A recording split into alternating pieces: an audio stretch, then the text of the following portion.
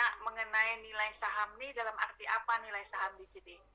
Apakah nilai pasar atau atau harganya dulu? Di sini nilai pasarnya, Bu. Return market. Return market, harga pasar. Oke. Nah, di sini kan perbandingan nilai saham, ya. Nilai saham, Ibu pikir kalau nilai harga saham ya, kalau Ibu nilai. Ya, kalau pemikiran Ibu. Jadi harusnya nih perbandingan nilai saham sektor farmasi, ya, dan apa tuh nilai saham Dow Jones ini, ya, menggunakan metode CAPM dan APT, ya, pada era ini di Bursa Efek Indonesia. Jadi BII-nya di belakang. Oh, BII ya di belakang, penutup dia. Oh, ya. iya. Kalau ini kan ini kelihatan dari judulnya ini, ya. Jadi kalau perbandingan, alat analisisnya adalah variety test. Jadi tadi Ibu lihat alat analisis Anda belum ada. Ya. Gimana, ulangi Bu? Variety test. Untuk perbandingan. Ada alat analisisnya. Dari sini udah kelihatan tentang komparatif, itu alatnya kalau kita pakai di statistik ada namanya variety test. Ya memang membahas tentang rata-ratanya juga itu, ya. Nah, itu dari judulnya. Nah, maksud Ibu di sini ini era pandemi itu kan berlangsungnya kan tahun 2020. 1920. Apa kesan saya sih? Untuk kan baru 2 tahun ini. Jadi untuk di Korea, di Cina itu dari 2019. Oh iya, di luar negeri mungkin tahun udah duluan ya. Iya. Udah duluan. Nah, itu yang mau dibahas, ya. Nah, di sini Ibu lihat yang pertama alasan pemilihan judulnya, ya. Untuk fenomenanya Anda udah menyampaikan, tapi terlalu banyak dan susunannya tidak struktur. Campur aduk aja, kamu masukin aja semuanya.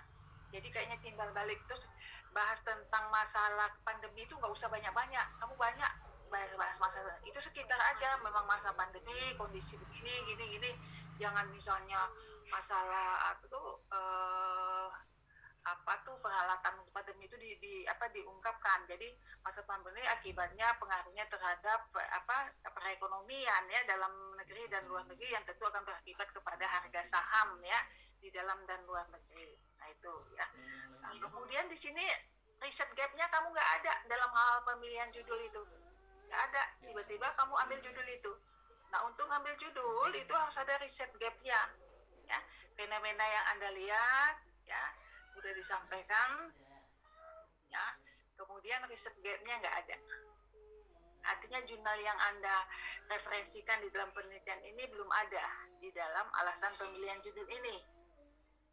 Maksudnya gini, Bu, untuk perbandingan saham di Indonesia dan di Amerika gitu ya, Bu? Bukan, maksudnya ada tulisan-tulisan orang yang membahas, ya, tentang masalah perbandingan harga saham tentang ACP dan CAPM dan APT ini. Kan ada sebelumnya tulisan-tulisan orang. Iya, jurnal ya, Bu, ya. Jurnal itu maksudnya. Itu riset gap namanya. Ya kan hasilnya kan berbeda-beda antara si A dengan si B. Ya. Nah, jurnal itu harus disebut nanti jurnal apa, edisi berapa, volume berapa. Jadi jangan ngambil tulisan yang nggak ada referensi yang belum dipublikasikan, harus yang dipublikasikan. Ya, pasti banyak ini tulisannya mengenai CAPM dan APT ini. Ya, maka di dalam pemilihan judul ini belum kelihatan, ya, sebagai fondasinya dari pengamatan kita, gap risetnya itu apa, belum ada, ya. Sehingga di dalam perumusan masalah Anda belum menggunakan, ya, kata tanya. Perumusan masalah itu disampaikan dengan kata tanya, apakah, ya. Kalau di sini belum ada nih, ya, masih semacam statement saja. Apa perumusan masalah Anda?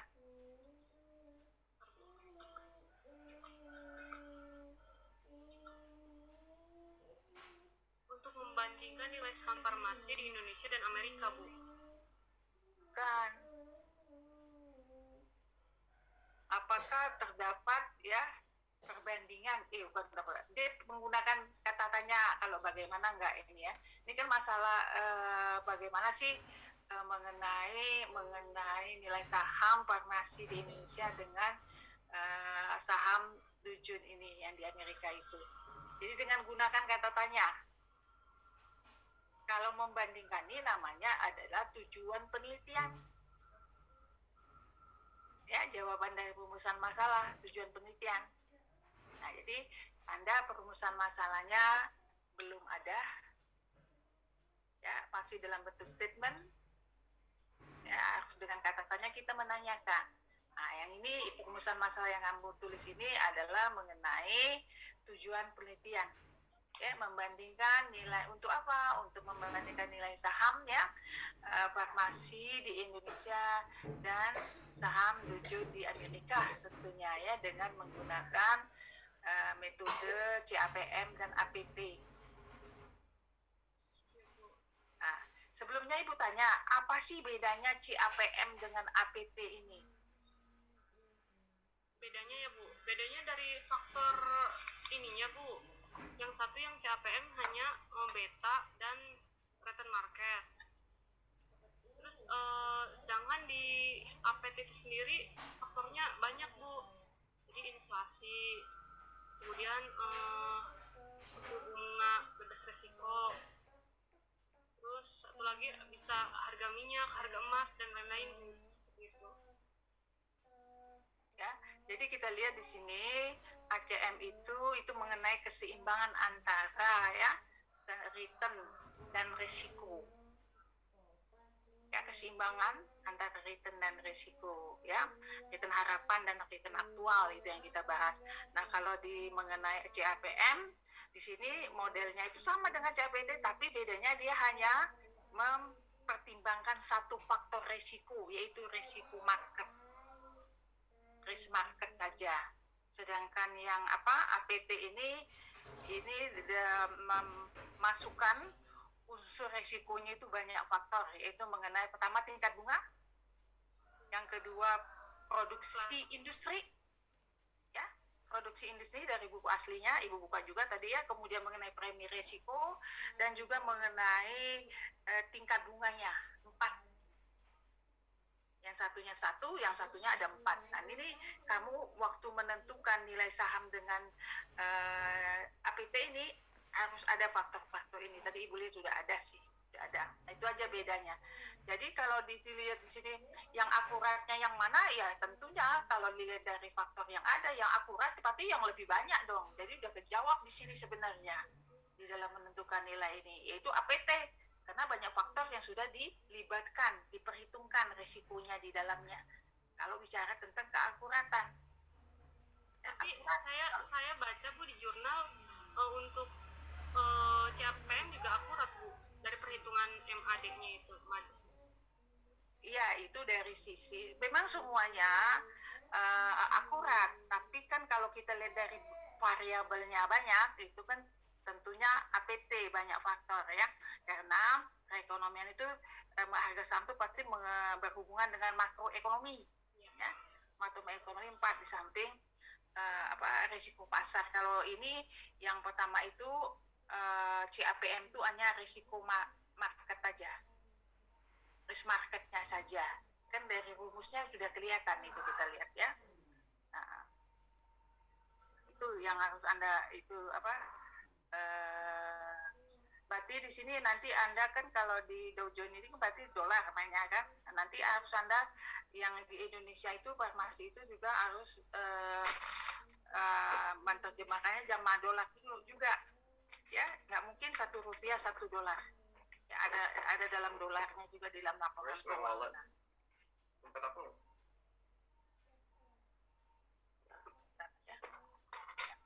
Nah, itu tujuan penelitiannya tadi sudah ya, hanya perumusan masalahnya yang nggak ada. Nah, kemudian mengenai bab 2 itu mengenai tinjauan literatur ya tinjauan literatur, kerangka berpikir dan hipotesis, ya isinya ada dua. Yang pertama tinjauan literatur, yaitu teori-teori yang berkenaan dengan variabel yang Anda teliti itu. Ya, pertama teori apa ini? Berhubungan dengan nilai saham atau harga saham, katakan?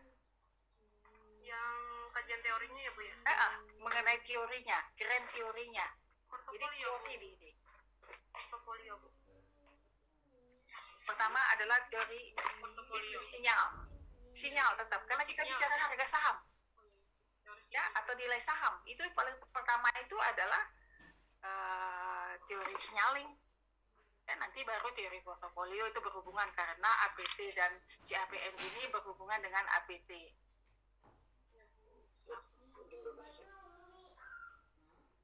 Jam 12.30 sebentar ya. Sebentar. Mama ngomong dulu. Ya. Ya. Nah, seperti itu. Nah, itu teorinya banyak ini ya, Ibu lihat ya, pasti yang termasuk di CAPM itu masuk semua di situ teori-teorinya. Ya. Ibu lihat banyak banget, tapi kayaknya kurang tersusun gitu loh. Ada sih, tapi kurang tersusun. Artinya Anda tinggal nyalin aja, masuk aja dulu deh gimana nantinya kayaknya kalau Ibu lihat sih. Tapi udah bagus, namanya usaha ya, namanya usaha. Maka itu pada kesempatan ini akan kita bahas bersama. Yang nggak salah sebenarnya namanya adalah usahanya ya. Nah itu kajian tinjauan literatur, jadi teori-teori yang berhubungan dengan variabel yang kita teliti itu ya. Nah itu nanti ya dengan referensinya jurnal tentunya ya. Ini bagus ini jarangnya mahasiswa yang lakukan penelitian seperti ini. Nah kemudian masuklah tadi Ibu lihat mengenai penelitian terdahulu ya. Nah untuk penelitian terdahulu Anda ini nggak ada jurnalnya ya. Jadi yang jurnalnya apa? Jadi kolom pertama itu judul penelitian ya, di dalamnya komanya itu nanti penelitinya, tidak usah buat kolom. Dan judul namanya bla bla bla koma Amir, maksudnya jurnal apa ya, edisi berapa. Nah seperti itu ya. Nah itu namanya judul. Habis itu apa namanya yang kolom keduanya?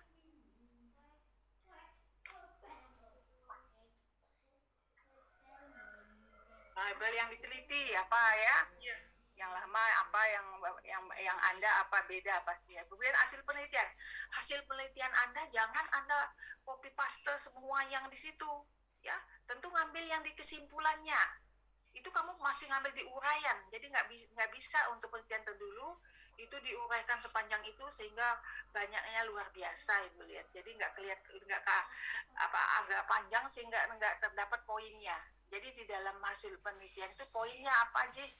Kalau kita ngambil itu sebenarnya itu nanti kita gunakan di dalam abstrak itu biasanya. Nah itu jangan panjang seperti itu, tapi to the point aja. Ya, ngambilnya dari mana?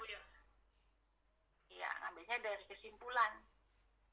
Yaitu mengenai penelitian terdahulu itu poin A, itu poin itu tinggal literatur dan penelitian terdahulu. Yang B-nya adalah mengenai kerangka berpikir dan hipotesis. Nah, kerangka berpikirnya tadi sudah jelas ya, kelihatan pertama mengenai nilai saham. Nah, nilai saham itu akan dibahas dengan metode CAPM dan APT ya. Jadi yang di CAPM ya pastikan mengenai risk marketnya ya. Yang di APT sesuai dengan variabel-variabel yang 4 tadi. Ada 4 variabelnya di APT itu. Ya. Nah, itu yang harus dijelaskan nanti. Nah, barulah langsung hipotesis. Hipotesisnya tadi udah benar Ibu lihat ya, mengenai apa adalah jawaban sementara dari perumusan masalah ya.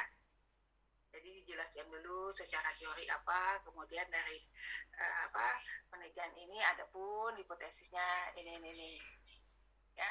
Nah yang di bab 3 tadi udah sesuai ya Ibu lihat, itu operasionalisasi variabelnya itu juga ya, rumusnya sudah ada, tapi tuh kayaknya kebanyakan deh ya, kebanyakan. Jadi dari rumus itu jangan diuraikan di situ Ya jangan diuraikan situ, kamu uraikan situ semuanya, betanya kamu urai di situ. Jadi rumus yang poinnya aja. Misalnya APT itu rumusnya apa sih? CAPM itu rumusnya apa? Nanti baru Berarti masuk. langsung aja ya Bu APT sama CAPM-nya apa gitu. Itu. APT itu apa? Unsur sama unsur di bawahnya nggak usah itu, nanti otomatis kita jelaskan. Yang sebenarnya udah ada di jauh literatur tadi itu operasionalisasi variabel. Ya ini kan kita bicara operasionalisasi variabel. Ya artinya rumus yang digunakan alat statistiknya sama di tes variat itu uji beda antara CAPM dan APT itu alat analisisnya, alat analisis datanya kan secara statistik ya. Itu yang kurang, tapi unsur dari CAPM itu udah dari tes varietas itu udah ada, Ibu lihat. Hanya itu aja yang kurangnya. Jadi tesisnya baik ya, agak berbeda dari tesis yang biasanya. Dia sudah membahas masalah merambah ke makroekonomi yang terutama APT-nya ya. Jadi skopnya lebih luas. Satunya skopnya hanya mengenai risiko pasar, risiko sistemik ya. Kalau yang ini risiko pasar ya. Oke. Itu saja Pak masukan dari saya. Jadi tetap semangat Milanta. Makasih Bu, makasih ya Bu masukannya. Ayo Pak Edi. Bagus Bu, makasih banyak Bu atas kesempatannya. ya. Saya dan Pak Taslim kan pembimbing nih. Ya. Ini saya lihat ini banyak mahasiswa. Boleh saja mahasiswa duluan ya Pak Taslim ya. Ada mahasiswa yang mau nanya atau ada mahasiswa mau nambahkan nggak?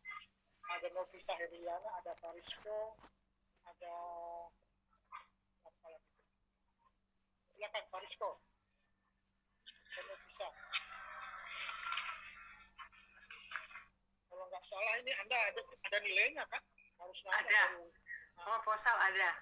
Ya, harus bernilai. Itu sama Pak. Tapi kalau nggak ada, apa kalau lagi terminal, ada lagi dosen fit gitu. Dosen fit itu VIP dia ya, Pak Gunawan Santoso. Ya. Udah, kalau nggak ada lagi, enggak, Bos, Pak Taslim, saya ini lagi diduri Pak, jadi jelek. Saya lagi diduri. Saya nanti siang mau ke Batam. Oh gitu. Oke, makasih Pak Edi. Ya, silakan Pak. Ibu yang kami hormati, Ibu Rianti, Pak Edi, Assalamualaikum warahmatullahi wabarakatuh. Pak Milanta, saya melihat gini ya, Anda membandingkan nilai saham di Indonesia sama di Amerika ya, yang mempunyai perbedaan pertama dari sisi currency-nya ya. Anda tidak bisa membedakan dua hal yang berbeda currency-nya ya. Yang menurut saya yang lebih realistik itu adalah membandingkan return-nya ya. Return saham farmasi dengan indeksnya di masing-masing negara ya. Anda akan dapatkan beta dari saham-saham tersebut. Anda akan dapatkan standar deviasi dari saham-saham tersebut, return sahamnya terhadap return marketnya ya. Jadi jangan nilai sahamnya kalau menurut saya, jadi tapi return sahamnya setiap hari. Jadi kan harga saham itu setiap hari dan indeks setiap hari. Anda cari return dari hari ke hari itu setiap hari selama periode pandemi itu ya. Nah, nanti Anda bandingkan beta dengan beta, itu akan lebih klop dibandingkan Anda bedakan nilai sahamnya dari satu negara ke negara lain. Itu yang menurut saya kurang pas gitu, karena berbeda currency-nya gitu. Nah, kemudian yang dilihat lagi adalah korelasi saham itu terhadap indeksnya terhadap ini return sahamnya dengan return indeksnya gitu. Itu yang bisa anda bandingkan juga, itu lebih apple to apple membandingkannya gitu. Ya, karena yang dilihat itu sudah menggambarkan return dari saham tersebut di masing-masing negara gitu. Apakah saham itu kuat atau tidak?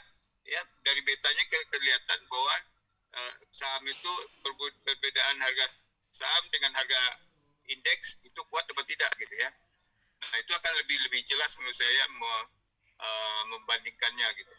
Kemudian yang kita lihat juga adalah tadi juga dari standar deviasi juga kita bisa bedakan, karena itu kan menggambarkan kan ini apa nama slope dari hubungan antara return saham dengan return indeks ya. Itu komisasi itu lebih ini untuk dibandingkan gitu. Kemudian terkait dengan teorinya, saya kira CAPM dan APT itu satu teori menurut saya ya, karena itu sudah diakui oleh dunia gitu. Rumusnya itu kan merupakan suatu teori, rumusnya itu gitu ya. Jadi variabelnya di mana? Variabelnya ya masing-masing di slope-nya itu, di betanya itu. Kalau di CPM cuma beta 1, kalau di ini betanya banyak. Tergantung variabel yang Anda ambil berapa variabel gitu. Ya. Kemudian juga standar deviasi, kemudian juga apa namanya hubungannya juga beda nanti ya. Nah, ini mungkin lebih menurut saya lebih realistis untuk membedakannya, membandingkannya antara di suatu negara dengan negara lain gitu. Tapi kalau Anda nilainya menurut saya juga ini karena berbeda gitu ya. Pasti beda. Kursenya beda gitu. Tapi kalau Anda bandingkan itu betanya, kemudian standar deviasinya, kemudian korelasinya antara saham dan indeksnya, itu lebih make sense dibandingkan. Karena itu mau melihat hubungan kekuatan dari betanya terhadap itu. Saham dengan return saham dengan return dari marketnya gitu. Ya itu menurut saya sih di situ yang paling ini gitu ya, yang paling penting gitu. Nah, oleh sebab itu yang anda hitung dari saham itu anda hitung returnnya setiap hari ya. Kemudian juga dari saham, kemudian juga dari indeksnya.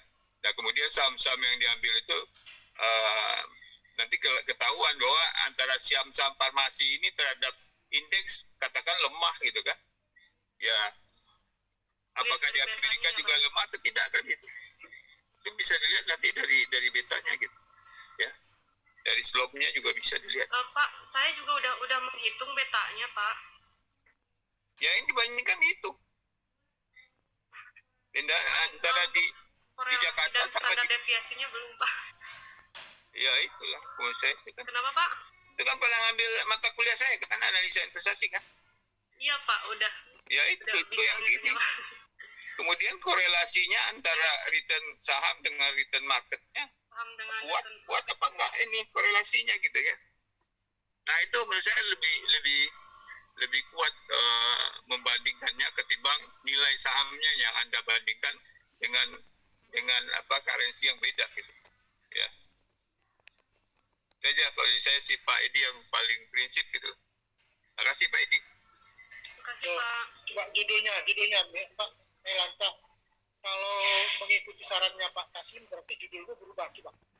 Ya, Tanya aja, gimana perubahannya? Taslim benar itu. Karena kita cek returnnya, ngapain kita cek nilainya? Iya. Berapa dulu?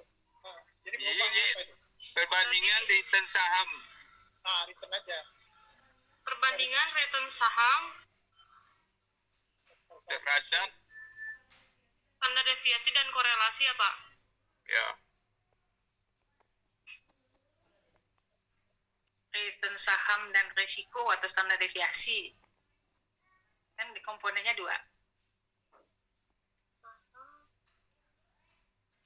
Langsung diedit, Mel. Oh iya, Langsung diedit diedit langsung. situ.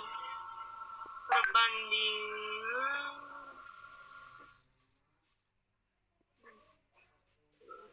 nilainya aja diganti jadi return. Nilainya diganti jadi nah.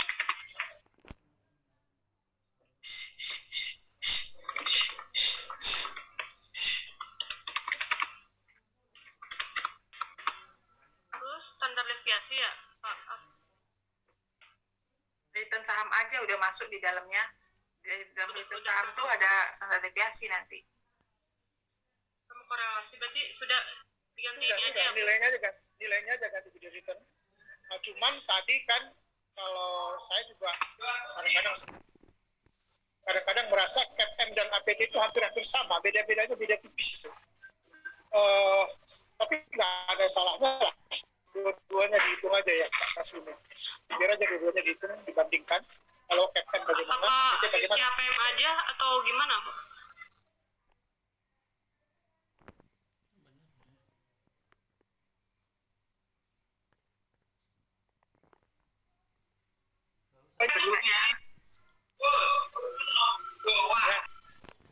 Nanti kita perdalam lagi. Terus itu, Mei, kenapa kamu memilihnya sektor farmasi ya? Kan sektor-sektor yang terdampak COVID tidak hanya farmasi. Itu dijelaskan, nggak ada saya lihat. Dijelaskan di latar belakang masalahnya. Oh iya, Pak. Apa sektor farmasi? Ya, nanti ditambahkan. Banyak yang terdampak itu, termasuk perguruan tinggi juga banyak yang berantakan mahasiswanya kan gara-gara COVID, apalagi di sektor hotel juga saham-sahamnya kan amburadul itu. Nah, jadi kamu terangkan kenapa farmasi ya? Ini mungkin tambahan sedikit Pak Edi. Ini jadi judulnya ini perbandingan return saham dan indeks ya. Kan indeks juga kita hitung kan. Ya, indeks saham. Sektor farmasi yang terdaftar di Bursa Efek Indonesia, bukan Bursa Efek Indonesia, tetapi adalah Anda kan membedakan dengan indeksnya di IHSG. Kalau di stok New York Market itu Dow Jones itu bukan bursa saham, tapi adalah indeks. Dow Jones itu adalah indeks, bukan bursa saham. Bukan sahamnya New York Stock Market gitu.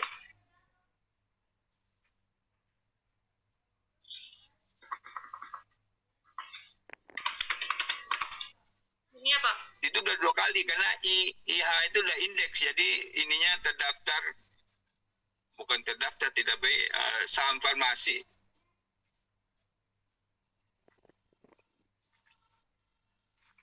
Return index ya, return saham dan return index. Itu di atas yang nomor alinea pertamanya itu. Perbandingan return saham dan return index.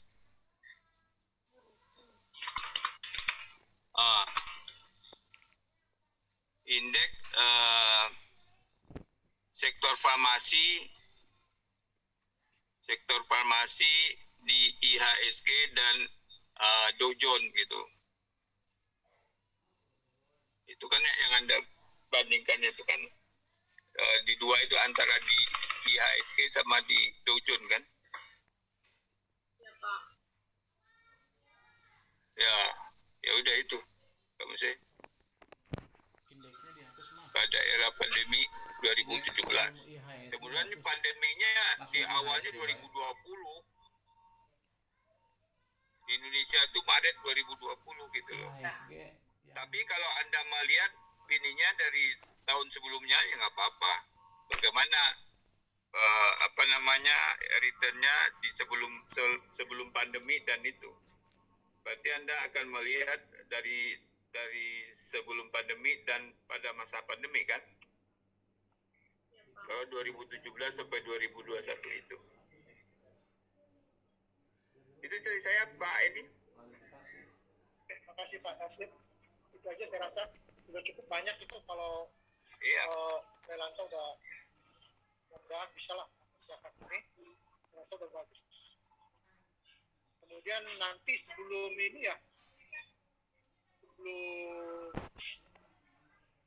sidangnya kapan?